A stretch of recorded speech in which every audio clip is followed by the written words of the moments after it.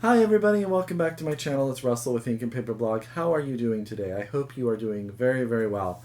In the United States, it is the day before Thanksgiving, so if you are here and you have tomorrow off, I hope you get to spend it with friends, family, those that you love, and really celebrate the amazing people we have in our life. That's what I like to do on Thanksgiving, at least. I do have to work the day after, which is pretty odd, so a lot of people will have a 4-day weekend. I will not. But that is okay. I'll get a lot of work done on Friday, and I'm okay with that. First, I want to point out that I'm wearing my super cool Simon, Carla, Daniel, and Varya t-shirt from the Immortalists. Thank you so much to the publisher who sent it to me, and for Chloe Benjamin for getting them to send it to me. You guys know how much I loved the Immortalist. I'm super comfy today, so I'm in a little different space, so I hope you guys don't mind me moving around a bit. I'm coming to you with a video today where I'm going to talk about some science fiction. I don't talk a lot about science fiction. There's a little bit of sort of fantasy fairy tale thrown in here as well. But I thought I would recommend a couple of science fiction books for you to read that may have missed your radar, or maybe you thought about them but you didn't actually get to them when they came out, and I hope that they sort of pique your interest. And I'm trying to mix it up, so I'm going to give you guys a couple of different things. The first book that cannot not be mentioned is The Beginning of the World in the Middle of the Night by Jen Campbell. I won't talk too much about this because I know a lot of BookTube has talked about how amazing this book is, but I just want to remind you guys you can get it shipped to you for free on Book Depository. It is a collection of amazing fairy tale slash fantasy slash, I don't know how to even explain it, some sort of sci-fi aspects as well. They are so good, and if you're looking for just sort of that escapism with a really beautiful language and a moral touch, this is a book for you. So that's Jen Campbell's The Beginning of the World in the Middle of the Night. The next book I'm going to recommend to you is actually nonfiction. So if you're looking for something that's science, but not fiction, I'm going to recommend a book to you as well, and that is Packing for Mars by Mary Roach. Now, Mary Roach writes these sort of investigative science books. I don't know how to even really explain it, but she wrote the novel Stiff, which was about how cadavers are used in the United States, and she follows sort of cadavers through their processes. But this book, Packing for Mars, is basically about what it would be like if you were to go into space.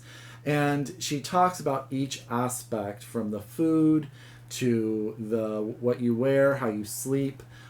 There is a hilarious chapter about going to the bathroom that you guys will not want to miss. She's informative, she's intelligent, but she's clever and she's funny, and this book was really a bunch of fun to read. And that's Packing for Mars by Mary Roach, if you're looking for something just a little bit different from me. I can't remember if I've already recommended this series to you guys, but I'm going to recommend it again, and that is Ex-Heroes by Peter Klein. This is a combination of the X-Men and The Walking Dead. It's in a world where zombies have taken over, and there's a small group of humans living in Los Angeles, and they have a wall built around them, and they are protected by a group of superheroes. And the superheroes have different powers, different pasts. You flip back and forth in time to how they arrived at the current situation in the United States and how the superheroes got to where they are. You also are in the current as the relationships develop between the heroes and the humans, and also between the heroes themselves. There are 4 or 5 books in this series now. I have read almost all of them, and they are super fun. So if you're looking for just something to escape, this is a really, really fun series. Peter Klein is a very fun author. And so that's Ex-Heroes. The next book I'm going to recommend to you is a children's book, and that is The Strange Library by Haruki Murakami. Now, and it's translated from the Japanese by Ted Goosen, and I don't know really how to explain this book, but it's about a boy who is caught in a library, and he meets a girl, and there's some questions on whether or not I don't want to give it away. Never mind. There's questions about who she is, how she got to the library that he is locked in and being held captive and wishing to escape. It is a short little novel. It will not take you much time to read it all, but it will really, really leave you thinking. And look at just, this copy is just gorgeous. And it's super fun and super easy, and it's kind of got that sort of escapism, but for us book lovers, it's about escaping in a world of books. So that is The Strange Library by Haruki Murakami. The next book is probably the most literary heavy book that I'm going to recommend it to you. And really, I mean, I can't say enough about it, and I know some of you have probably read it. But that is the book of Strange New Things by Michel Faber. Now, Michel Faber is really well known. He's only written, I think, 3 or 4 books and a book of poetry. And I believe he said that this would be his last book because his wife had passed away, and he said he was done with writing. And then he wrote a collection of poetry about the experience of losing his wife. This novel reminds me a lot of The Sparrow by Mary Doria Russell. So if you've read The Sparrow, I think you'll really like this book. This is about a man who gets pulled for a space exploration mission to go to a planet to teach his faith to the people of the planet. And it's also about the relationship he has with his wife back on the planet and the letters that go back and forth. And as his wife, who's kind of his pillar in faith, starts to doubt her faith because of all the stuff that's going on the planet that he's no longer on. Earth is going through natural disasters, political upheaval, and he's learning that through her letters. It's starting to put doubts in his mind regarding his faith and what he's doing on this planet. I don't want to give too much more away because it's one of those books that you will get absolutely lost in. He is a phenomenal writer, and if you haven't read Crimson and the Petal White, and what's his other one? He has another science fiction book that I always forget the name of, Under the Skin.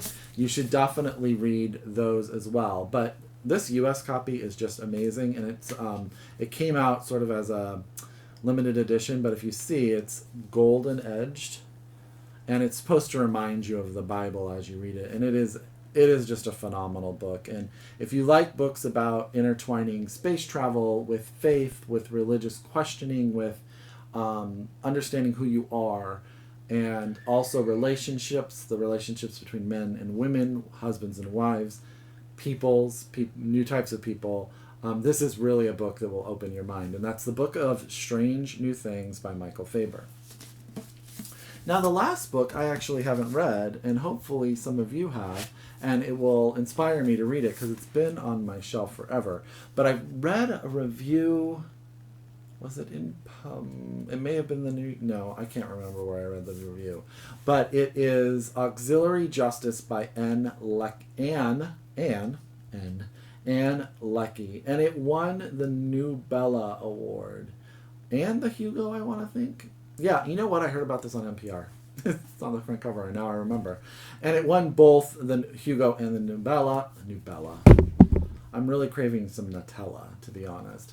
But I'm going to read the back to you. And it's a series. So it's one of those things, if you really like it, you can get caught up in it and really go with the characters. And it says, on a remote icy planet, the soldier known as Breck is drawing closer to completing her quest. Once, she was the Justice of Torin, a colossal starship with an artificial intelligence linking thousands of soldiers in the service of the Radic, the empire that conquered the galaxy. Now, an act of treachery has ripped it all away, leaving her with one fragile human body, unanswered questions, and a burning desire for vengeance. And I've read the first few pages of it, and I don't know why I haven't continued in it, but I thought it was really interesting. And I think if you haven't read her, that it may be a series that you can kind of get yourself started on. And I know sometimes we just want to get lost in a series that takes us to a new world. If you have read her, I'd love to hear what you say about her, because I really need that sort of kick in the bottom to read this. So, those are some sci-fi books that I'm recommending to you, with one sort of fairy tale book and a nonfiction book thrown into the mix. Have you guys read any? I'd love to talk to you about them below. I hope you guys have a great holiday if you're here in the U.S. If you're not, I hope you have a great Thursday and Friday and an amazing weekend. As always, if you are a returner to my channel, thank you so much. I appreciate it so very, very much. And if you are new to my channel, welcome. I hope you like this video, and I'll be talking to you soon. So until next time, happy reading, and we'll talk to you later. Bye!